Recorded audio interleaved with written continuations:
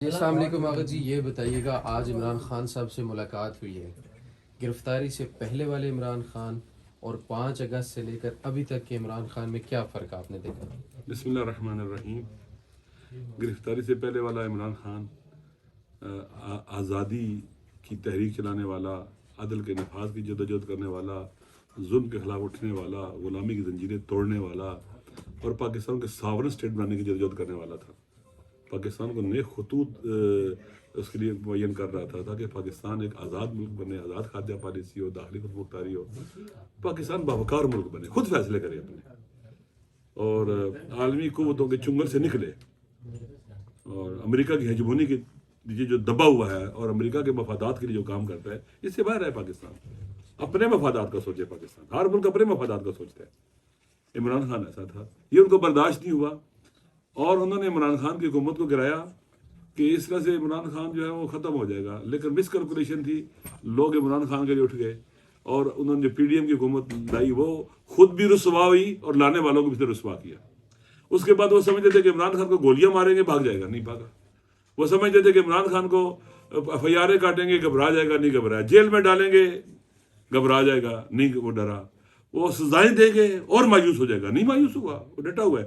آج کا عمران خان جو میں نے دیکھا ہے، وہ عمران خان، اس کا اللہ پر ایمان بہت قوی، پہلے سے بھی زیادہ ہے، اللہ پر توکل بہت قوی ہے، امید بہت مضبوط ہے، صبر بہت زیادہ ہے، ہمت بہت زیادہ ہے، اور ذرا برابر وہ ڈرا ہوا نہیں ہے، مایوس نہیں ہے۔ اس کے چہرے پر جو چمک ہے وہ صاف بتا رہی ہے۔ اسی طرح سے میں نے پہلے بھی ایک جگہ کہا کہ اس ایک چھوٹے سے کمرے جب ہم ملے تھے ایسے لگ رہا تھا کہ ہم بہت بڑے کسی لان میں بیٹھ کے مل رہے ہیں۔ بہت خوش تھا، بہت اس میں ہمت ہے، وہ حوصلہ دینے والا ہے۔ الحمدللہ عمران خان ڈٹا ہوا ہے، ان سے نہیں ہارا ہے اور ان کے اعصاب پر سوار ہے۔ یہ اعصاب کی جنگ ہے، ارادوں کی جنگ ہے، نرز کی جنگ ہے۔ اس میں عمران خان جیت چکا ہوا ہے ان سے۔ یہ عمران خان کو کتنی کوششیں کی ہیں، عمران خان کو مایوس کرے، وہ بھی نہیں ہوا۔ اور جو لوگ اس وقت اسی نیریٹو پر کھڑے ہیں کہ غلامی قبول نہیں ہے، جس کو پہلے بھی ہم بیان کر چکے ہیں کہ آزاد خارجہ پالیسی، داخلی خود مختاری، فیصلے خود کریں گے، ڈکٹیٹ نہیں ہوں گے، زمین کسی کو نہیں دیں گے، اسی بیانیے پر عوام بھی کھڑی ہے۔ آج 1 سال 10 مہینے ہو گئے، عوام بھی مایوس نہیں ہے۔ انہوں نے کتنی کوششیں کی ہیں، آج بھی ہارے۔ کیوں پی ٹی آئی کے لوگوں کو الیکشن موومنٹ نہیں چلانے دے رہے؟ کیوں رکاوٹیں کھڑی کر رہے ہیں؟ کیوں کارن میٹنگ کے اوپر مشکلات کھڑی کر رہے ہیں؟ کیوں گرفتاریاں کر رہے ہیں لوگوں کی؟ ڈرے ہوئے اور سہمے ہوئے ہیں۔ ان کو پتہ ہے کہ ان کا ہر اربا ناکام ہو چکا ہے۔ تو عمران خان اسی لیے زندہ اور باقی ہے کہ وہ طاقتور ہے، اللہ پر ایمان قوی ہے، اللہ پر توکل قوی ہے، میدان میں حاضر ہے اور آزادی کی جدوجہد سے ایک انچ پیچھے ہٹنے کو تیار نہیں ہے۔ وہ کبھی کمپرومائز نہیں کرے گا ان سے۔ یہ بتائیے گا کہ عمران خان نے کیا بتایا، وہ جیل میں بہت وقت ہوتا ہے ان کے پاس، کیا کرتے ہیں، سب سے جو مشغلہ ان کا پسندیدہ ہے وہ کیا ہے، کیا گفتگو ہوئی اس معاملے وہ پر؟ کہتے ہیں کہ اللہ نے مجھے، خدا کا شکر ہے کہ مجھے وقت دیا، فرصت دی ہے۔ میرا بیشتر وقت چند کاموں میں گزرتا ہے، عبادت میں گزرتا ہے، قرآن کی تلاوت میں گزرتا ہے۔ کئی بار قرآن ختم کر چکا ہوں، قرآن کو ترجمے سے پڑھا ہے، اب قرآن کو باقاعدہ تفسیر کے ساتھ پڑھ رہا ہوں، اور باقی کتب کا مطالعہ کرتے ہیں، تاریخی کتب کا مطالعہ کرتے ہیں، ڈیفرنٹ موضوعات پر جو کتابیں ہیں، اسٹریٹجی کے حوالوں سے جو اسٹڈیز پر کتابیں ہیں ان کو مطالعہ کرتے ہیں، جو جغرافیے کے حوالے سے جو کتابیں ہیں ان کا مطالعہ۔ بالآخر عمران خان کے مطالعات بھی بڑے وسیع ہیں، اور وہ کہتے ہیں کہ اللہ تعالیٰ نے مجھے توفیق دی ہے کہ میں وقت چاہتا تھا، مجھے وقت نہیں ملا، آج جیل کے اندر مجھے اللہ نے وقت دے دیا سوچنے کا، غور و فکر کرنے کا۔ الحمدللہ وہ کہتے ہیں میں خوش ہوں ادھر۔ یہ سمجھتے تھے کہ جیل کی کوٹھری میں بند کریں گے تو وہ ہار جائے گا، نہیں، وہ تو کہتے ہیں اللہ نے مجھے نعمت سے نواز دیا، یہاں پر مجھے بہترین فرصت اور وقت ملتا ہے کہ میں مطالعہ کروں، پڑھوں، خدا کے قریب رہوں۔ اچھا اگر صاحب ایک سوال یہ کہ جیسے ایک الزام لگتا تھا عمران خان کے اوپر، ان کے کردار کے اوپر، کہ جی یہ تو نشہ کرتے ہیں، کوکین لیتے ہیں، اب 6 مہینے سے وہ جیل میں ہیں، نہ ان کو جتنی اسٹرکٹنس ان کے اوپر ہے، نشہ تو کو دے نہیں رہا، نشئی بندہ تو رہ نہیں سکتا 6 گھنٹے بھی، وہ تو 6 مہینے سے اندر ہیں۔ اور بشرا بی بی پہ الزام یہ لگتا تھا کہ جی یہ تو جنوں کو گوشت ڈالتی ہیں، جادو ٹونے کرتی ہیں، اب وہ بھی جیل پہ کسٹڈی میں ہیں، تو کسی گورنمنٹ افسر کو، کسی پولیس والے کو جن نے ابھی آگے تنگ تو نہیں کیا، سارے الزام ان کے اوپر غلطی ثابت ہوتے جا رہے ہیں۔ کریکٹر اسیسینیشن اس لیے کی جاتی ہے کہ کوئی آدمی پاکستان میں بڑا نہ ہو سکے۔ پاکستان کی اسٹیبلشمنٹ پاپولر پولیٹیکل لیڈرشپ سے ڈرتی ہے، نہیں چاہتی کہ ایسی لیڈرشپ، کیونکہ وہ طاقتور ہوتی ہے، اس کی جڑیں عوام میں ہوتی ہیں۔ عوام میں روٹس کرنے والی پاپولر پولیٹیکل لیڈرشپ کو یہاں کی طاقتیں قبول نہیں کرتی، لوکل اسٹیبلشمنٹ بھی، انٹرنیشنل اسٹیبلشمنٹ بھی۔ لہذا ان کے لیے کیا کرتے ہیں؟ کریکٹر اسیسینیشن، ان کو بدنام کیا جائے، ان کے بارے میں کہانیاں کسے اتنے بیان کیے جائے کہ لوگ یقین کرنا شروع کر دیں. اب دیکھ لینا، پہلے بزدل والا نہیں ہے، ڈرنے والا نہیں ہے، جیل سے بھاگنے والا نہیں ہے، وہ بندگی کرنے والا ہے. میں پہلی بار بھی جب عمران خان سے ملا تھا، مجھے یاد ہے 2010 یا انہی سالوں میں، تو عصر کی نماز کا وقت ہوا. ہم اہل تشیع و زور عصر کٹھی پڑھ لیتے ہیں. عصر کا وقت ہوا تو باقاعدہ میٹنگ سے اٹھے اور جا کے عصر کی نماز پڑھی انہوں نے. بعض اوقات ہم گئے ان سے ملنے کے لیے، عصر کی نماز کا وقت تھا، وہ نماز پڑھ رہے تھے. جب ہم پہنچے تو وہ نماز پڑھنے والا، عبادت گزار، قرآن پڑھنے والا بندہ ہے. اسی طرح سے ان کی جو وائف ہے محترمہ، ان کے بارے میں بھی کتنا انہوں نے جھوٹ بولا. ان سے وہ اب سب کے سامنے ہے. کریکٹر اسیسینیشن ایسے کوئی کرتا ہے؟ ہر کسی گھر بیوی ہے، بچے ہیں، بہنیں، مائیں ہیں. یہ اشاع فاحشہ ہے اور یہ حرام ہے شرعاً.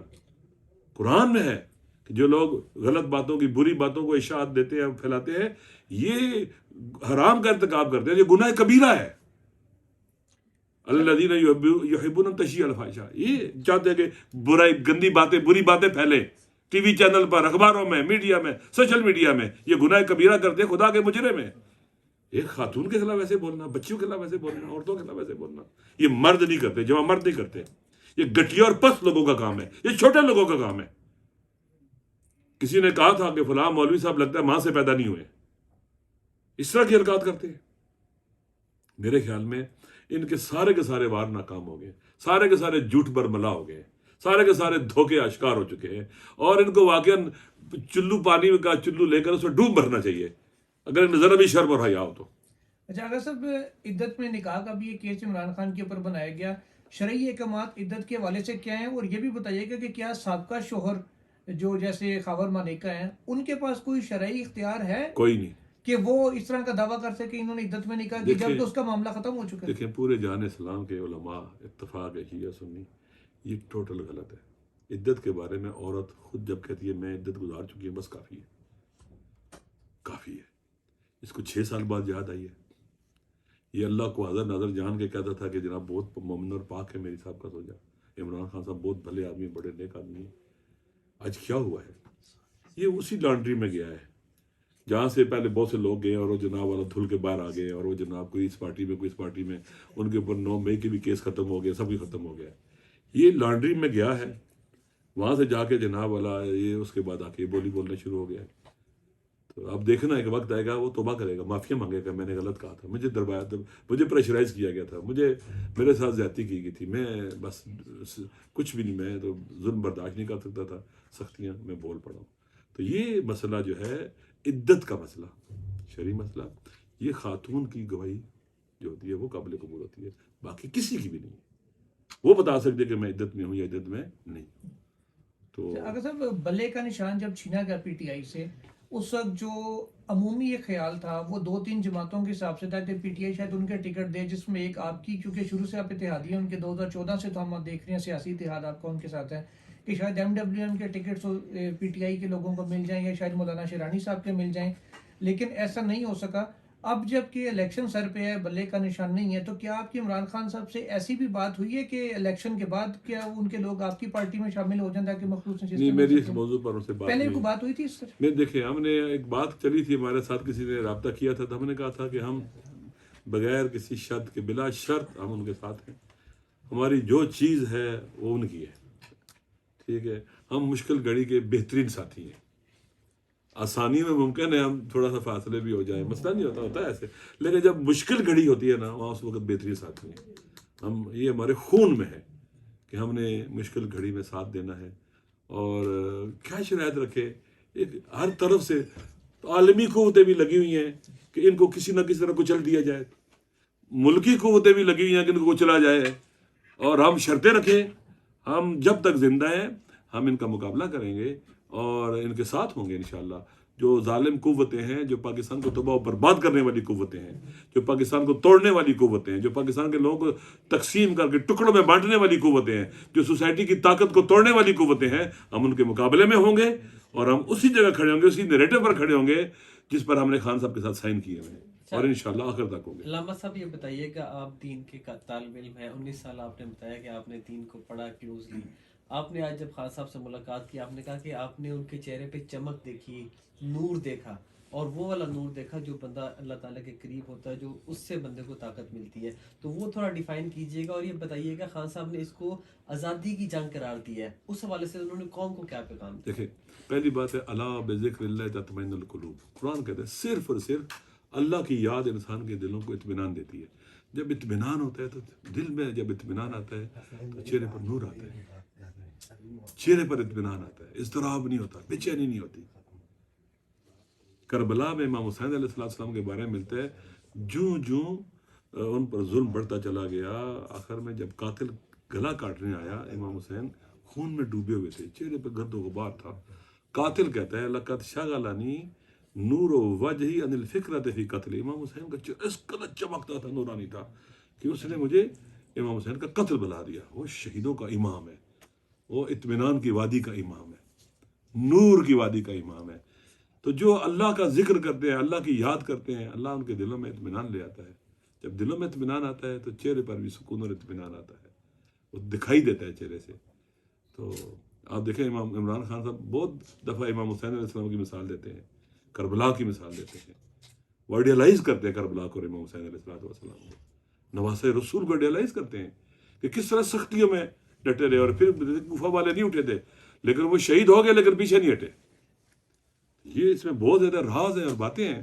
لہذا خان صاحب الحمدللہ اللہ کے ساتھ دو لگائے ہوئے ہیں، اور یہ خاص اللہ کی طرف سے خاص توفیق ہوتی ہے، اپنے بندوں کو دیتا ہے، جس میں انسان اللہ کے قریب ہوتا ہے، اس کو یاد کرتا ہے، عبادت کرتا ہے، توبہ کرتا ہے، گڑ گڑاتا ہے، روتا ہے اس کی بارگاہ میں.